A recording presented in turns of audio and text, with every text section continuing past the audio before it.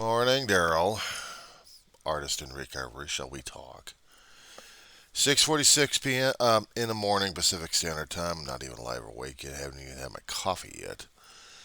It's August the 6th, 2023 for a Sunday morning. I just caught your video that you posted a few hours ago. Uh, you know me, the Weaver John C. of Roseman, California. Okay, we gotta talk, dude. Granted, you have a lot of strong opinions concerning about our war policies and about our country and about our history. And if you've seen some of my videos, and I hope to God you took chances to do so, you also understood that I come from a military family of sorts. And I also am highly opinionated about it, this thing, but exactly being totally patriotic is a different thing altogether. Let me explain.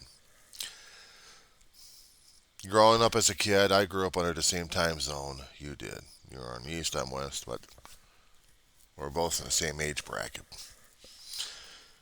We both are 80 brats when we graduated. I screwed up 1 year of high school, and I came out. But within that school system, I did volunteer work for 1 school year at a veterans hospital. And I talked with World War I and World War II veterans. We played games with them. They were just as human and just as regular people as you and I. It was like our regular family members, our aunts and our uncles out there. Mostly, they had guys out there. Building 99 over at the VA hospital in Sepulveda, built on a hill in the valley. Me and several other students, my friends, I talked them into this. They got school credit for it. And we talked with them when we played games, and they were like dealing with our aunts and uncles and grandparents. And prior to that, I didn't know much about the military except for my brother joining the United States Navy. And he did a job in there. He did a specialized job, he kept telling me, years later. He went for specialized training with the United States uh, Special Warfare Unit. He was an operator with the Sea, Air, and Land Division of the United States Navy. He was telling me stories, and I saw his Budweiser. And they didn't have any paperwork to say that he graduated. I wish I had seen it. And the graduation ceremony he had, well, it was during the time when I was going to school, and an uncle of mine who had served in the United States Marine Corps in the Korean War during that time. He attended, and he and my brother got along a lot better than they did growing up as kids. Well, my brother as a kid. So there was some military experiences being traded off that my brother could not tell me. Only because I couldn't have the context for it in the first place. I never was able to join in the military and get into situations where maybe I would understand what the hell he was dealing with. My brother knew physically I was nowhere in that kind of capability to do so. Here comes my mother now. My little dog. Morning to you too, sunshine. I'll take you out shortly. I already cleaned it up, Ma. Wonderful thing about having a dog. Keeps you busy today. Blue pads all over the place where she can pee on. But am I going to be peeing on your particular story here, Art? Listen. Listen and learn, young Padawan. In the 80s, yes, we were fortunate. We were in a time zone. We were in the decade that we did not see the war. We did not hear the war. We bypassed it. We were youth, and we saw the veterans. And we saw how the Vietnam veterans being mistreated left and right. We saw how some of the people are still being spat upon, and we did not realize during that time that they were going through combat stress, or PTSD as we call it today. And this is not new. This is not new. This has been ongoing for a hell of a long while. People have a way of trying to deal with stress of battle. You stretch your history far enough. Human beings have been doing that to each other for a hell of a long while, so they got different ways of trying to deal with the PTSD. They called it shell shock, battle fatigue, everything else from that we knew of from World War One. But how do you deal with shell shock when you're in Civil War or Spanish American War, let alone the Revolutionary War?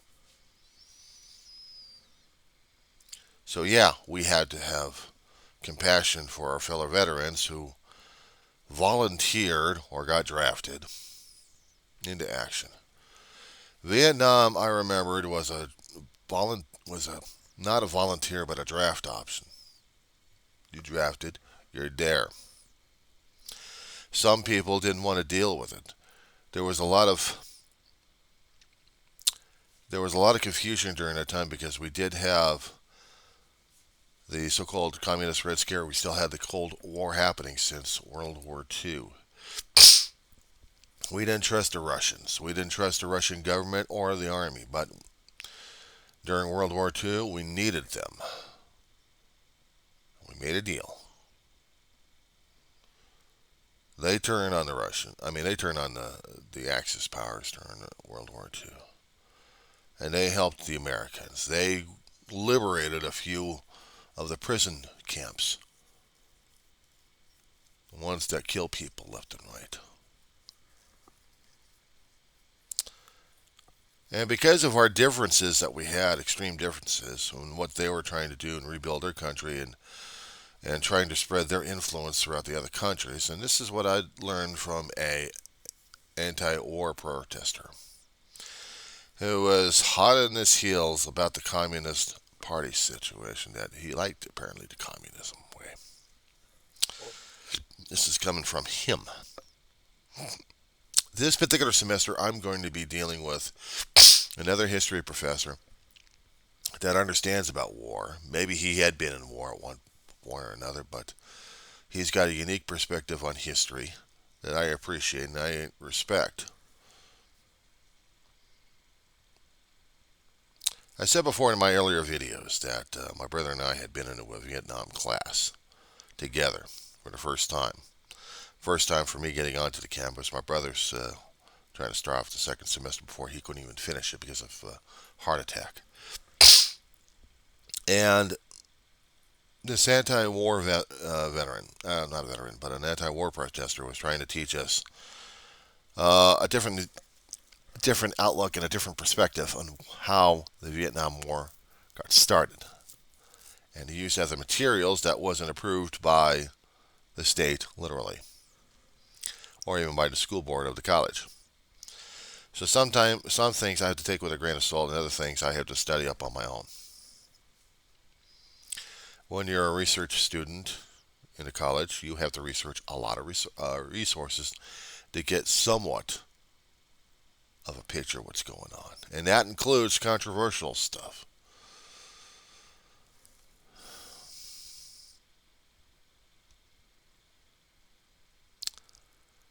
Dealing with veterans, dealing with what they had to deal with afterwards. Daryl, it sounded like you had no idea how to deal with the veterans at one point or another because maybe you hadn't talked enough to them, or they couldn't talk to you because you didn't have the context and perspective necessary. Now, my brother kind of treated me that way as well.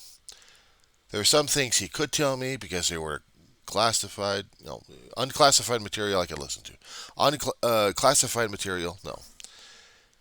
I accepted it as such because if this is the United States military, this is the United States government, I'm not going to push the damn shit in the first place. I'm not going to say, well, I demand everything. I demand accountability. We need everything. Do we? Do we actually need that kind of information? Do we actually need to know about every damn dirty trick and every dirty thing left and right? And we have to know everything that the government's doing at all the damn time? There are things that are kept away from the public for good reason.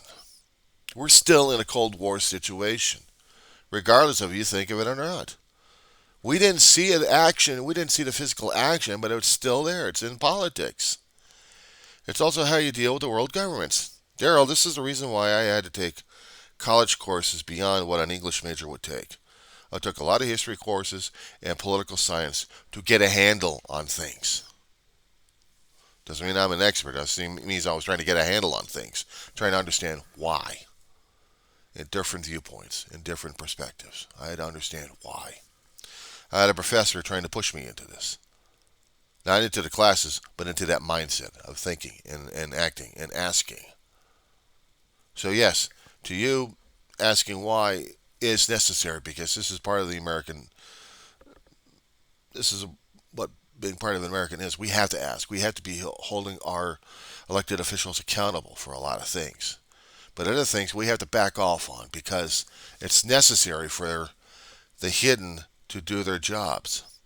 I'm going to throw in another one.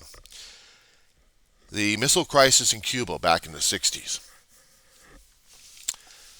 Physical, we could see about military options happening. We had gone on to the pictures and movies about Cuba receiving military hardware from the Soviet Union during that time, when it was the Soviet Union. And you had Fidel Castro turning his island nation into another communist country. During this time, we had the communist Red Scare we were trying to deal with. And you also have to understand another thing concerning about the politics at this point over here, because as I said before, right after World War II, Russia wanted to control things. China started to get into the communist situation at this point. We haven't even bothered to get into Korea, but Korea was going to be part of that mess as well. The Korean War, or people call it the Korean conflict, or the police action. It was still a war. We had UN action over there. In eventuality, we had an armistice. We had a temporary ceasefire that's been lasting throughout the decades. There was no official war ending. The 38th parallel of Korea separates a communist country versus a democratic country. And in the war of Korea, we had the China and we had Russia supplying weapons to North Korea. Two major budding communist countries. There was a lot of political scare. There was a lot of terror on this one. And with the advent of the nuclear weapons getting more and more sophisticated, the atom bomb, the hydrogen bomb, put that power in weapon in arsenals and intercontinental ballistic missiles. You don't know what fear is like unless we realize we lived under that kind of constant threat.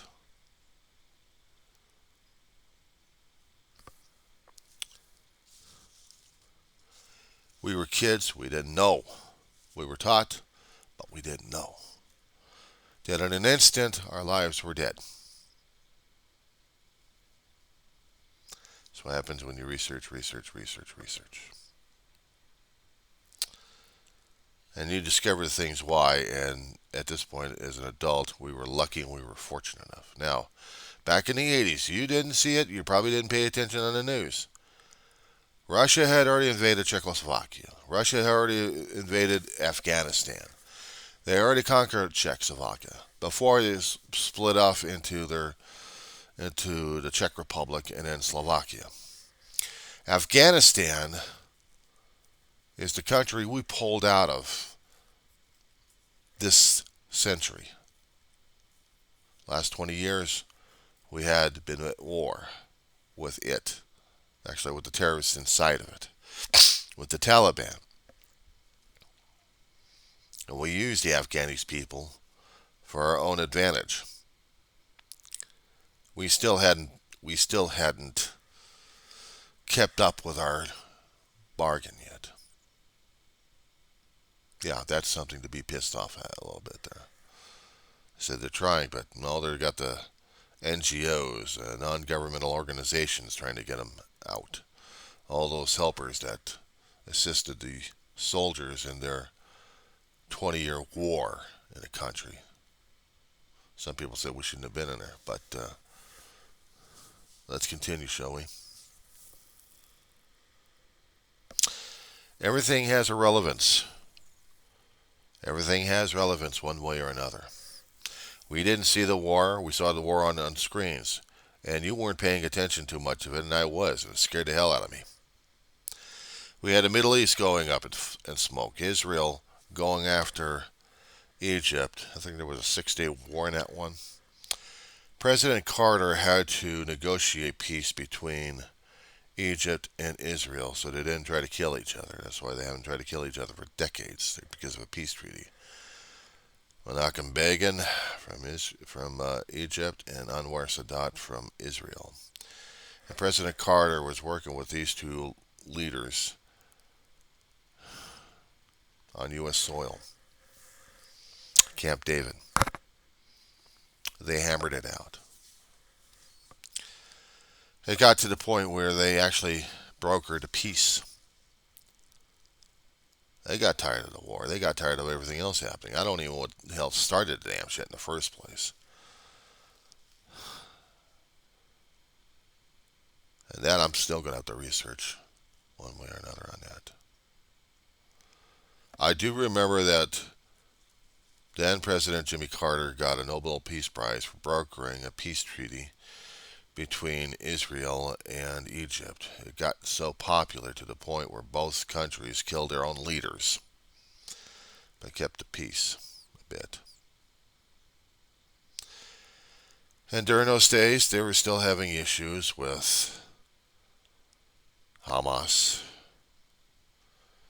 They were dealing with their own issues regarding the West Bank and the Gaza Strip, not to mention with Syria and its issues, Iran and its captured country from those radical terrorists, those lunatics, that's still in control to this day, using religion as the primary goal. Everything had to be under religion, under a violent religion, screwing up Islam to the Most High. You don't use the term and you don't use the name Muhammad lightly. The prophets, you don't argue with them. On some occasions, anyway. So in the 80s, it's all territory, and because Russia wanted to expand its borders, they couldn't go into China because you got a Chinese army and you got a Chinese government there to be pushing back on Russia, so they didn't want to do that one. They couldn't expand eastward because we had already gotten Alaska from Russia, pennies on the dollar. So now you got to go for the other territories.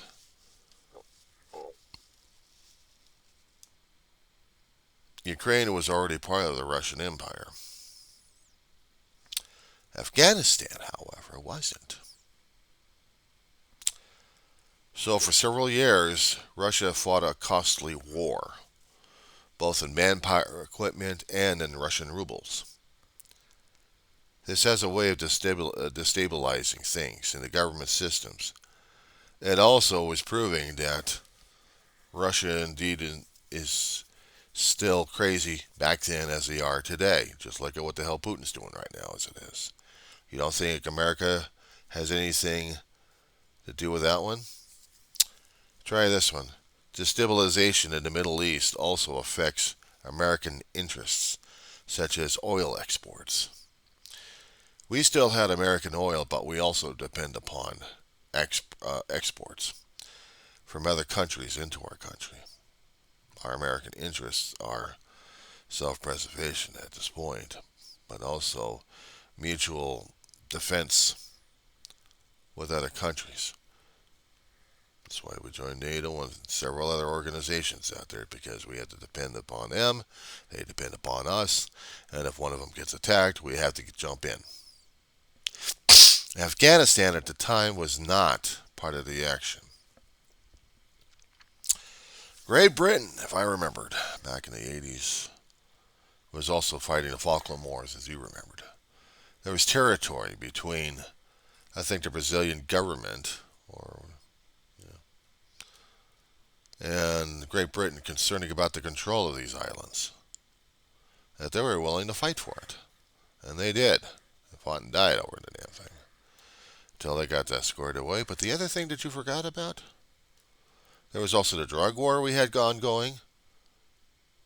Reason why we had Noriega brought in for charges?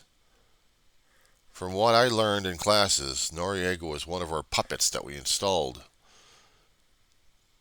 in the Panama area. And he became a strongman. He became worse than Trump and a lot worse. Military power down there. And apparently some things he did that was not pleasing to the United States government. Again, politics again, pal. So we did have military action happening, just not noticeable. And the reason why we had that going, because we wanted to get Iran overthrown. We got these little triangles going on. Ollie North was the face of the sword. Actually, he was the face being put upon the Iran-Contra war. Weapons to Contras trying to fight for their freedom.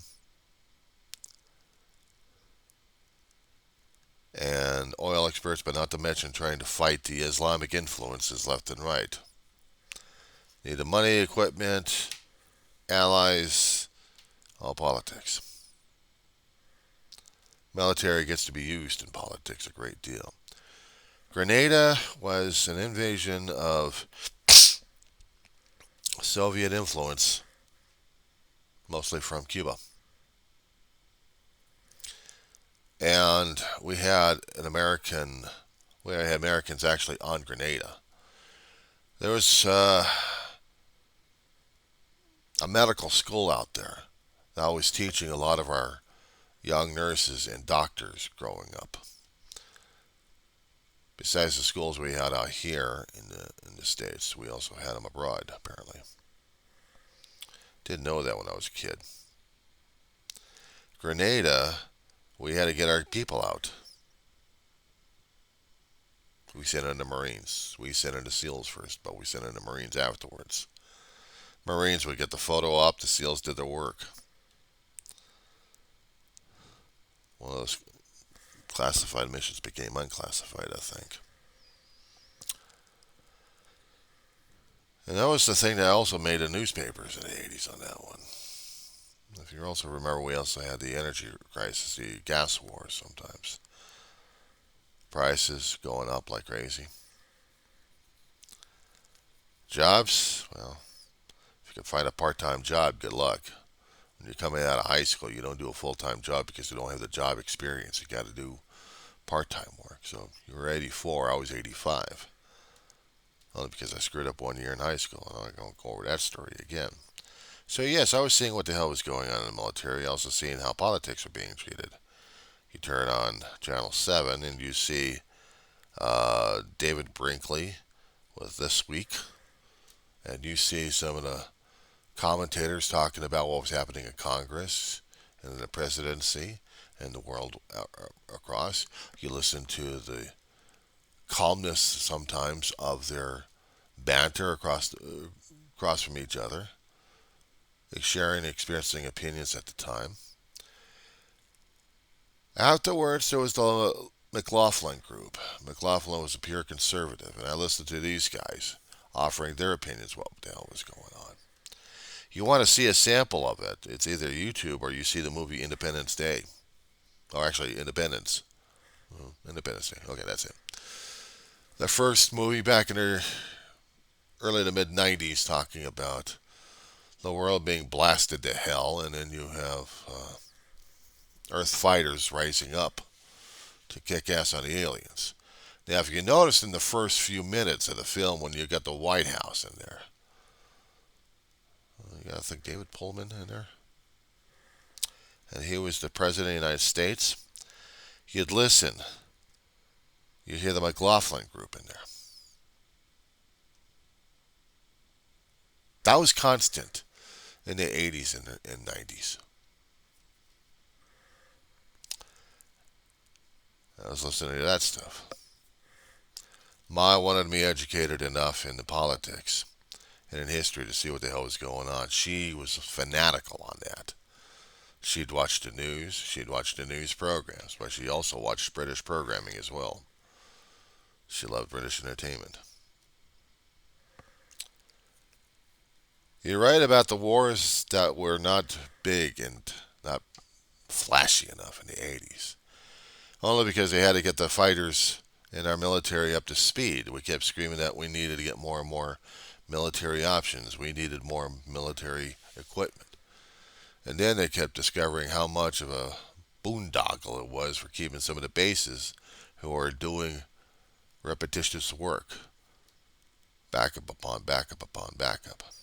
And yet, in the 90s, they had what they call a base closure realignment commission.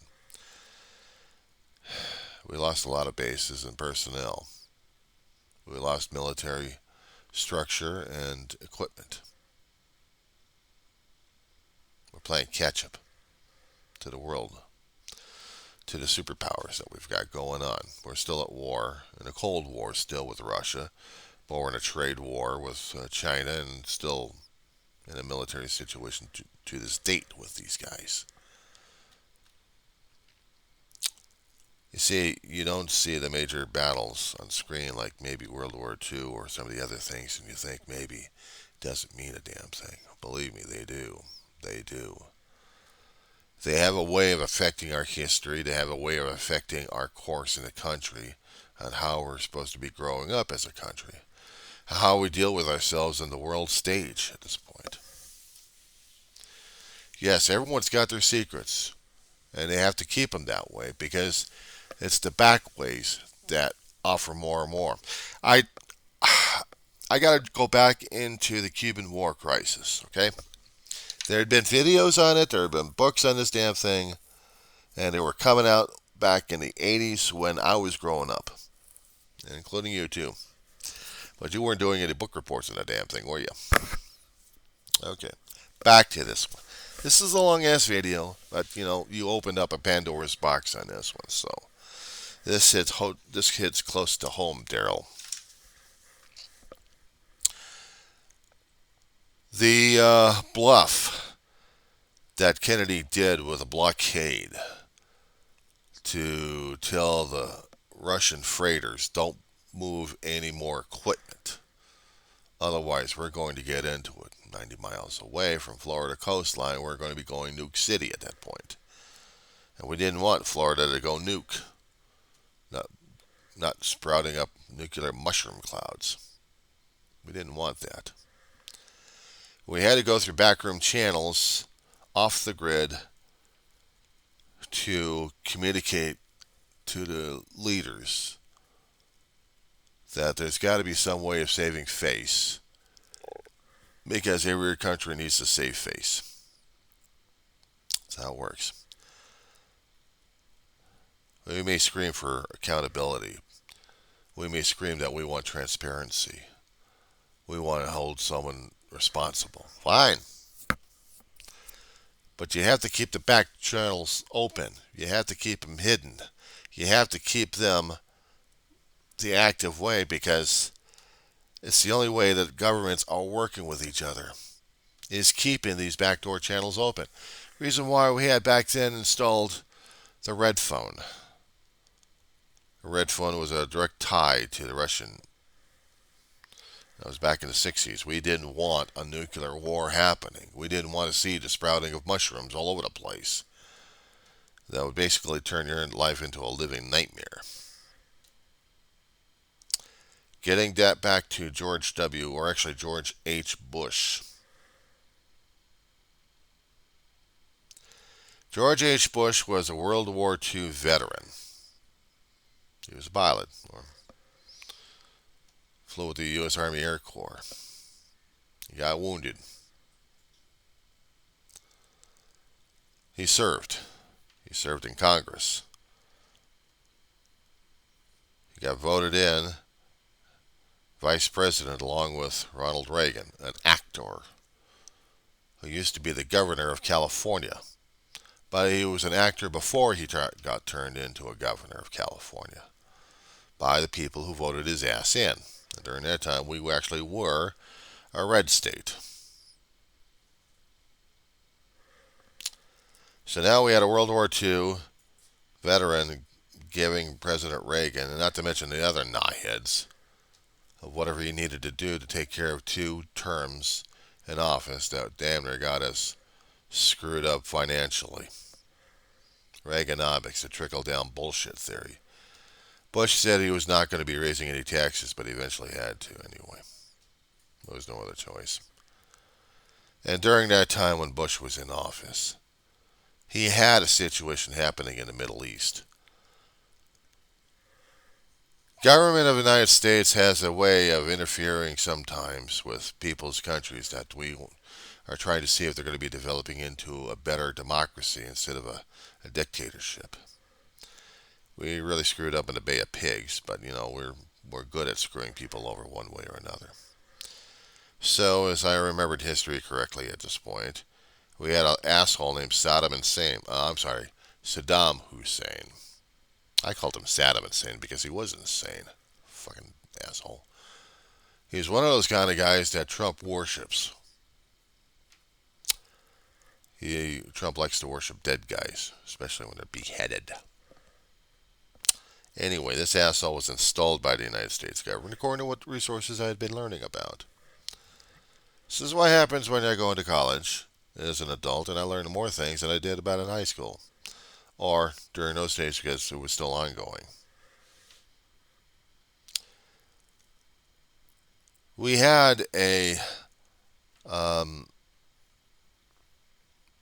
government system in there. We installed a lunatic in there because we still wanted oil. Said before, we were dependent upon foreign oil as well as domestic. So yes, economics.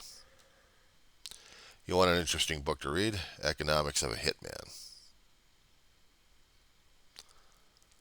I had to read that for political science. The Confessions of an Economic Hitman, I think. Well, I sure it is. I gotta get that damn book out again. It's not there in PDF somehow. Google will find it. You'll be able to download it. Maybe you can put it on a Kindle. And then read this whole damn thing and watch your brain explode out of your body. Water break. I'll get coffee in a few minutes. Right now, oh good, 7 o'clock. That's not enough time. I'll catch the politics after around 8 o'clock.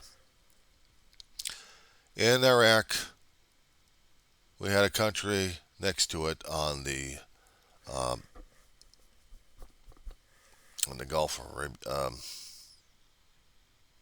in the Gulf. Just call it the Gulf. Kuwait. Kuwait was made rich because of its oil revenue. The only thing they had to export was oil. And it was democratic. And they had money.